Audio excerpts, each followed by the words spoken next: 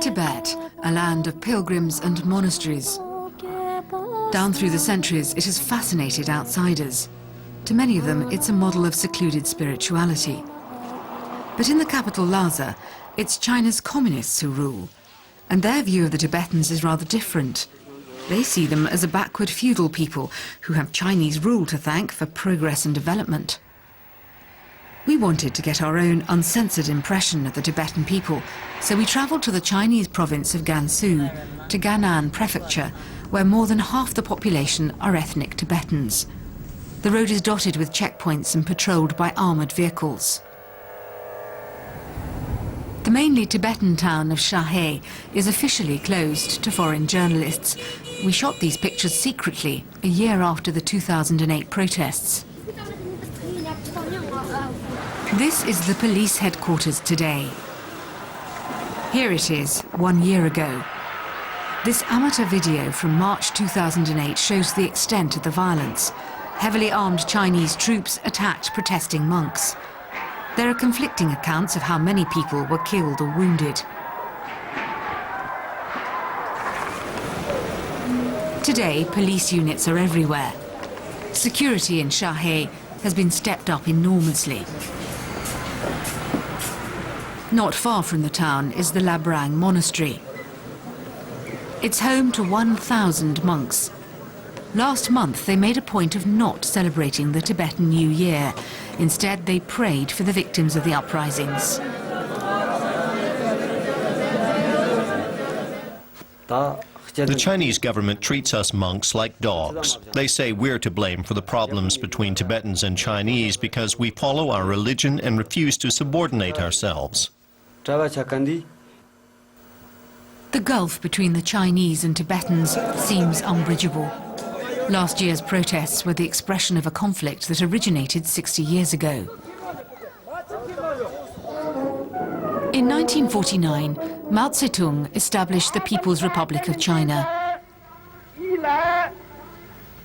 In the same year, in Lhasa, Tenzin Gyatso took his final philosophical exam before ascending the throne as the 14th Dalai Lama. The movements led by Mao and the Dalai Lama could hardly have been more different. In those days, Tibet was a feudal theocracy. Serfdom and slavery were rife. The population lived in fear of the monastic police. Their draconian punishments included gouging out eyes. China, communist and anti-religious, sent in its troops to force reform. In 1959, the Dalai Lama fled to exile in India. From his base there, he led Tibetans in a struggle against Beijing. This 1960s footage shows his followers drilling a revolt against Chinese soldiers. While they act out the shooting of captives, Tibetan bystanders applaud. It was only years later that the Dalai Lama renounced violence. Meanwhile, China had become a totalitarian state. No competing ideologies were tolerated by the governing Communist Party. This is one of over 1,000 Tibetan monasteries destroyed during that time. And these pictures show the brutality wielded against Tibetan monks by Chinese soldiers during police raids on monasteries at the end of the 1980s. The violence was kept secret from the Chinese public.